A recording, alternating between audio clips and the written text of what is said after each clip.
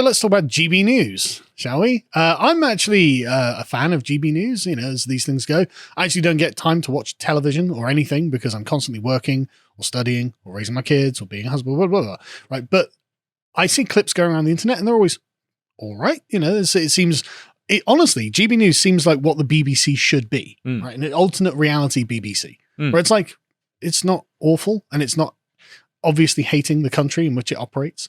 And sometimes it has some funny people on it. And so it'll touch subjects like the grooming gangs. Because I did this timeline of the grooming gangs the other day, which I thought was a very valuable thing to do because there's been a lot of pushback recently from the left on the concept of the grooming gang itself, what the ethnic makeup of the grooming gangs are, and blah, blah, blah, blah. And so I thought I would just go through in very linear fashion the public knowledge, not because a lot of the time it's like, well, this person interviewed 7 people and this was kind of secret knowledge that's been suddenly revealed. No. I just went through the public statements and we know that there is, as you can see from the people convicted, a particular pattern here. And there's been a lot of denials from people like Ella Cockbain that are just obvious lies. And I go through explicitly how she's lying about what she says in this live stream. And we and GB News are practically the only places in all of Britain that talk about this. It's mental. I mean, the Times has done some amazing reporting on it.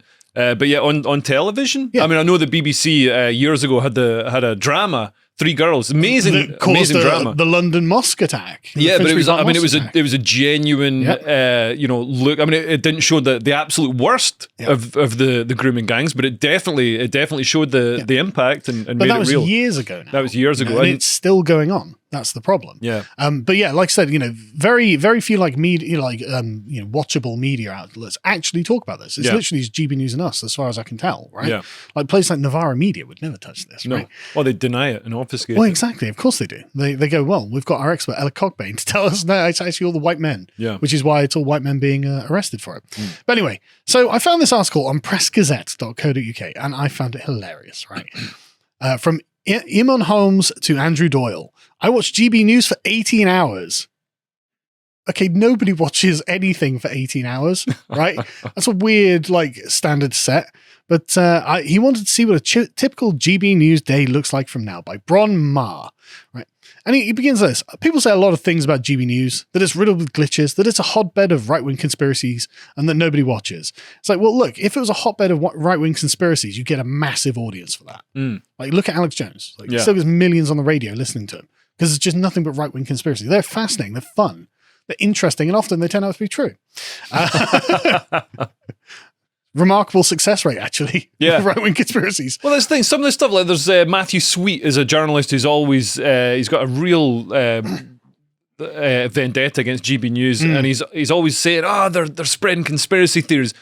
So they say that last month, Angelos Frangopoulos told staff at GB News that it was entering phase 3 of its development and would be cutting costs and inefficiencies, because they've showed that they've lost 10 times as much money as they've earned, which is not good. But then if your advertisers have been constantly under attack by lying left-wing people, what can you expect? So they do mould and cope and seethe and possibly dilate over the fact that GB News does have an audience.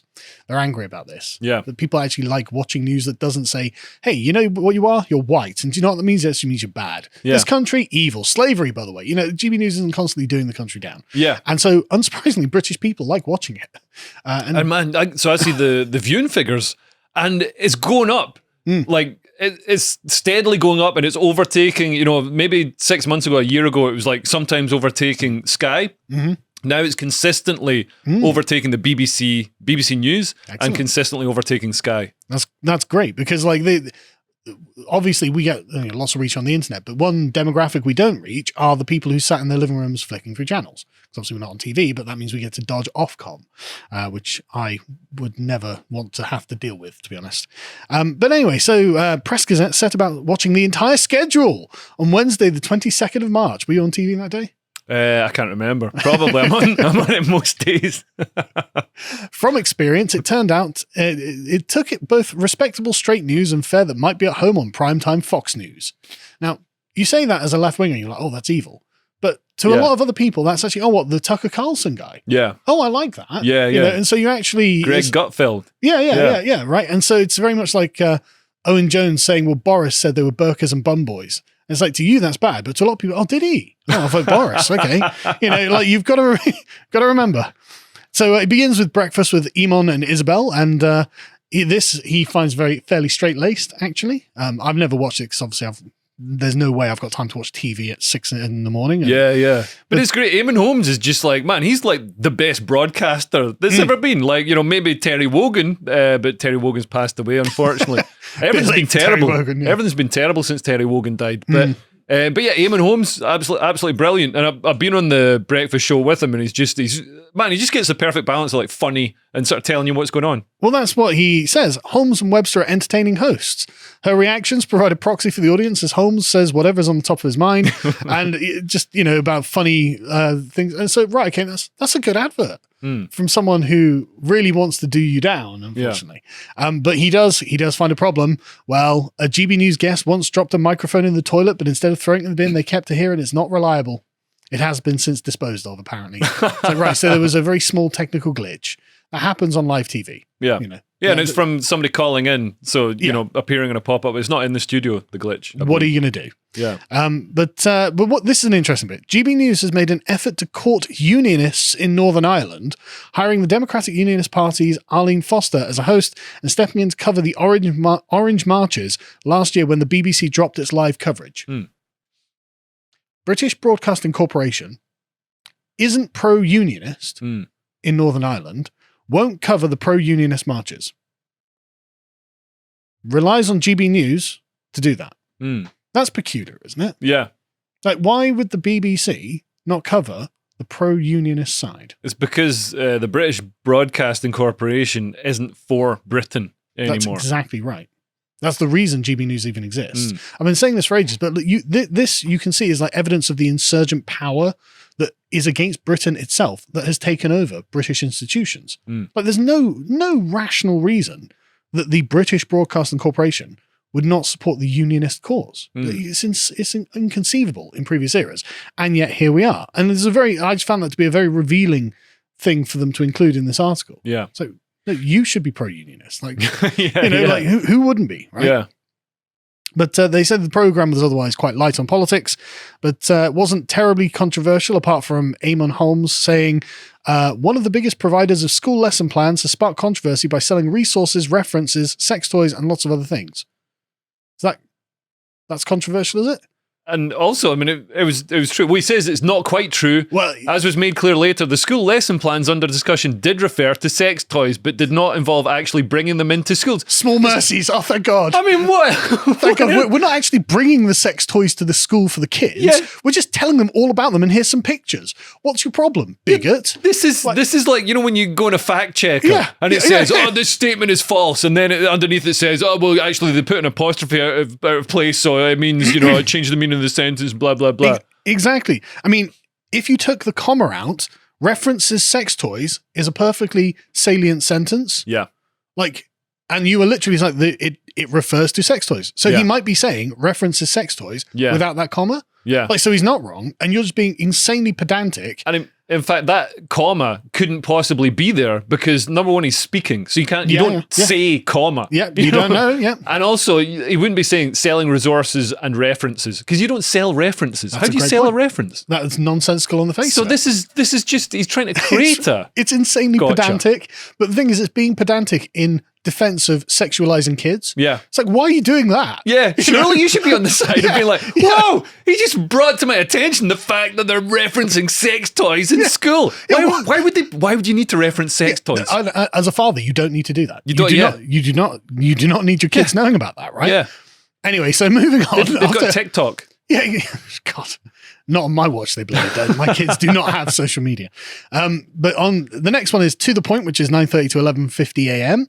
And this is the, quote, first turn to the right. Right. Good. Excellent. Yeah. Right. This was a show hosted by Daily Mail columnist Andrew Pearce and broadcaster Bev Turner. Contrary to what, this is all news to me, by the way, because like I said, I don't have time to watch TV all day. contrary to what progressive critics of GB News might expect, the pair and their guests were relatively critical of Boris Johnson in discussions. Really? What did they think it was? Yeah. Did they think it was going to be like, Scottish media with the SNP? Yeah. Right, where it's just like, glorious leader Boris Johnson with the halo of the sun behind him. Yeah, yeah. And the March of Progress underneath him. Boris Johnson does something they don't like and they're relatively critical. This is crazy. What I've noticed being on GB News, and I've been, I've done BBC shows and shows on other channels and Radio 4 and stuff. And when you go on the BBC, I'm always like, everybody else has the exact same opinions. And I'm almost there as a sort of, the sort of bringing out the crazy. Yeah. He doesn't even believe women can have penises. Yeah. And then like on GB News, like, so the headliners, usually I'm on with a real variety of people. There'll be like a gay dude, somebody from whatever ethnic minority. So it's not like it gets diversity of opinion rather than just diversity of identity, and it makes it fun. It achieves diversity without even trying for it, which is by booking people with a sort of balance of opinions, you end up getting the sort of diversity that the BBC is straining so hard for. But like, you want to hear from a plurality of opinions, right? Because obviously, what are you talking about if you don't have this plurality of opinions? And this is what makes things like the BBC and Question Time so embarrassingly boring. Yeah, like when Peter Hitchens was on Question Time, that was the only time in the last 3 years I've wanted to watch it. Yeah. Why? Because I know Peter Hitchens is going to be in contradiction to whatever the prevailing narrative is. Yeah. But what I love about this is the left wing is just like, by the way, you guys, I know you're not going to believe this, but they actually don't just endorse everything the party leader says. It's like, but we do. What are you talking about? Everyone does that. How can they not do that? It's like, but not everyone is like you. Yeah. This is a big tell from your own side. Yeah. That you're all on the same page on everything all the time. I mean, he goes on, but they have the deputy leader of UKIP on. Great. And later on they have the editor of the Financial Times on. It's like, great. Yeah. I want to see this giant plurality of positions. Yeah. That's what the BBC should be like. Yeah. I hate to tell you this, but the BBC should have on. Yeah. To represent a large constituency of people who are not being served. Yeah. Especially as they've all got to pay their bloody license fee. And by not platforming people like that, you're pushing them underground where ideas can get, without being challenged, without, having any sort of balance or moderation or input from other people, can spiral. And it's what makes them festering and hateful. Yeah, right. Exactly. When they think, right, I know that something true is, I'm saying something true, and you won't even engage. That makes me think that you're just liars. Yeah. That makes me think you just hate me, and so they become hateful in response. And that's not good. So anyway, the 11:50 a.m. to 6 p.m. is the GB News straight hours, as he describes it. And this is just basic news that isn't particularly exciting to talk about, because it was presented by Mark Longhurst, who spent 20 years on Sky News. So it's, pretty credible, pretty just it's just good. Yeah. News coverage. Good quality news coverage. Good. Yeah. I'm glad someone's doing it. Can't trust the BBC for it. So, can't trust Sky News for it, which is presumably why Mark Longhurst left Sky News. So I'm glad someone's doing it. Good. This is a great endorsement. Again, the Financial Times chief foreign affairs columnist was on there, relatively impartial, even from the left-wing perspective. So, okay, great. Good job. So moving on, 6 p.m, GB News charges unashamedly into opinion content. And that's remarkable because the BBC is unashamedly opinion content 24/7. So GB News got a good solid 6 hours of not being opinionated. But that's okay. And they've got Michelle Dewberry there, who, again, not my cup of tea necessarily, but, that's fine. She's got a Remainer and a Brexit Party MEP on to discuss the issues. Good. Why isn't every news show on all of these channels like this? Yeah. That's how things should be. Yeah, and it's much more interesting. Also, Michelle Dewberry, I mean, she's from Hull or something like that. She seems like a lovely person. Yeah, I watch her show quite a lot. She's very engaging, down to earth, and there isn't that sort of veneer of I just find the BBC every time. And my cousin works for the BBC as a news reporter, and she's privately educated and all the rest of it in English. And you see that with the BBC. It's this sort of Oxbridge cabal, this priest class that are sort of pontificating to you. Yeah, and you saw that with the Elon Musk interview. that BBC guy the other day. And it's that to me was just like, I don't want to talk to people like that, but I would be happy, I like watching this. The Elon Musk interview was very telling because he didn't think that his statement, there's hate speech on Twitter, could be challenged. He just thought it was an accepted wisdom, an accepted truth. Received dogma. So like the fact that it was challenged, and then he realized he couldn't justify it without sounding like a complete idiot. Because he could have given some of the examples of hate speech that he's seen, but he realized saying it out loud in that situation would have revealed that he was in fact wrong and these weren't examples of hate speech at all. Elon getting him so slightly sexist things should be banned, should they? That was a great trap. It's like, obviously not, otherwise that's half of the fun on Twitter gone. So he complains about Michelle Dewberry having opposing opinions on. He says, thus far, programs on GB News have been balanced in the Ofcom sense. The weight of the commentary certainly leaned right, but there has always been a punchy personality on the other side's argument forcefully, as well as a series of rigidly straight news bulletins throughout the day. What the hell? That is a brilliant endorsement of GB News, right? But this was not true of the audience's feedback. Responses from the viewers were overwhelmingly, but not totally right-leaning, and frequently espoused opinions more forthrightly than anyone on the screen. Well, what are GB News supposed to do about that? Your audience are saying stuff on Twitter. And doesn't that show that there's a huge portion of the population that isn't being served by mainstream media? Yes, that's exactly it. Anyway, moving on to Drinking with Nige, and he gives Nigel Farage a surprisingly light grilling here. A liberal viewer might expect to be more alarmed by Nigel Farage's show than any other on the schedule. Why? Because, I've watched much of Nigel Farage talking. I've spoken to him personally. He's not like some insane crackpot. But there's this idea, there's this myth on the left that he's a far right extremist, which is laughable when you actually look at his policies and stuff. And all that he's totally irrational and that he's like breathes fire or something because they've made a caricature out of him through like 4 or 5 clips of something taken out of context or whatever. And so they as he says, he was a much more placid host than others that evening.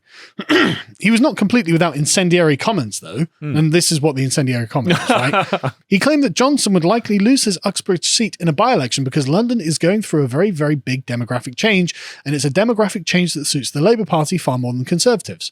Is that incendiary? That's just a fact. Exactly, that is just a fact. And the thing is, people will say, "Oh my God, that's far right extremist myth making or whatever." It's true. But if you say London's going through a demographic change and it's fantastic and I love it, then they'll be like, "Oh, no, you're right." Yeah, good, and it's a good thing that it's happening. Yeah. You just have to approve of the fact, for it to be a fact. If you think it's a bad thing that it's happening, it's not happening. Or even if you just, if you're on the side that says, this favors the Labour Party, just recognises that fact, then all of a sudden you're a lying, bigoted racist. Exactly. It's not happening. It's not real. But he says, the show had the same energy as chatting politics with a fixture of your local old man pub. Yeah, that's why it's successful. That's why it's really good. He's literally got a segment called Talking Pints. That's the whole ethos of the show. Yeah, and that's why it works. And that's what Nigel Farage's charisma has been from day dot. It's like, you can hang out with and have a beer, Yeah. And he's really sharp. So is Jacob Rees-Mogg. And actually really good interviewers. I don't know if you saw the Jacob Rees-Mogg interview with the climate. The climate. I did. He didn't bombard her. He didn't lambast her. He just drew her out and let her hang herself with her own words. That's because Mogg is a sophisticated and well-educated man, as this person complains about. He's the most pro-Boris personality of the day. And he actually doesn't spend too much time talking about Mogg because, as you can see, the audience commentary was more intense than Rees-Mogg's own because Mogg is sensible and can frame the arguments in a very rational way. And so he has to rely on going, well, I didn't like the audience. They were a bunch of racists. Like, then go take it up with them. Like, you can literally see their Twitter comments. Go and complain on Twitter against them, right? So, but he says that until now, he had only seen the channel's commercial advertisements for the first time because he moves from like his YouTube to a Fire Stick or something. And he says, notably absent from those spots, from the channel's own promotional spots, are Calvin Robinson and Neil Oliver, 2 of GB News' more controversial personalities. And best. Calvin and Neil Oliver are brilliant, genuinely watchable, and are saying the things that need to be said. Yeah. Like I give them full endorsement, which is probably now why they're going to get fired. Yeah, Calvin's hugely entertaining. I don't agree with Calvin on, a lot of things. I agree with him on everything. He's hugely entertaining. I do. And Neil Oliver, I can't believe he's so good. I can't believe Neil Oliver's even controversial. No. Man, that guy's one of the smartest guys on British TV. Neil Oliver's monologues have become, in literally, what has it been, a year or two? Yeah. They've become literally legendary. Yeah. I get family members sending me Neil Oliver's monologues. Yeah. Like my aunt will send me, have you heard of this guy? I'm like, yes, obviously I've heard of this guy. But he's got this great way of channeling the genuine concerns of the regular person. Yeah. In a very articulate way that doesn't cover over anything or avoid any of the sensitivities of the topic. Yeah, yeah. And he does it in an incredibly articulate way. Yeah. And I can't believe we'd be like, oh, he's controversial personality. It's like, no, he's honest. Yeah. And this is why, and he's always posting like the letters people send him on Twitter. You can tell people genuinely love him for what he's doing here. Yeah. And good, Anyway, Dan Woodson's up next, 9 to 11 p.m. Dan's show is the closest GB News gets to classic Fox News pugilism. Dan Woodson seems like a kin. Like, I mean, I don't know him, so I don't know. You tell me, but he seems like a very nice chap. The sort of person my mum would like if I brought him around for a cup of tea. Yeah. But Dan Wootton's the Fox News pugilist. It's like, okay, all right. And he criticizes Dan Wootton for using the term mainstream media. As if that's not a thing. Yeah, and he says that he and his guest Amanda Platell write for the UK's biggest selling newspaper. That'll be the Daily Mail. Yeah. So they're sort of saying but he's talking about the mainstream media when he's part of the mainstream media. So that's newspapers on TV. Yeah. There's no equivalent of the Daily Mail. No. Even GB News is far more sort of centrist and sort of stable-footed than the Daily Mail. No, absolutely. Absolutely. But even then, okay, they both write for the Daily Mail. Yeah. That's a part of the mainstream media. He didn't say that the mainstream media doesn't exist. Yeah. That's what you're trying to imply. And he's just saying, no, this is a thing. Yeah. That's fine. But Woodson's show is everything GB News' critics fear the entire channel to be. Right, okay, well then you've got the direction that you need to go in there, right? I suspect Woodson likes it that way. He obviously relishes biting bloody chunks out of his political opponents whilst running a show rife with opinion and interruptions under a no-spin, no-censorship strapline. That's great. That's a great endorsement. Yeah. Like, if I were Dan Wootton, I'd probably put that in my Twitter bio.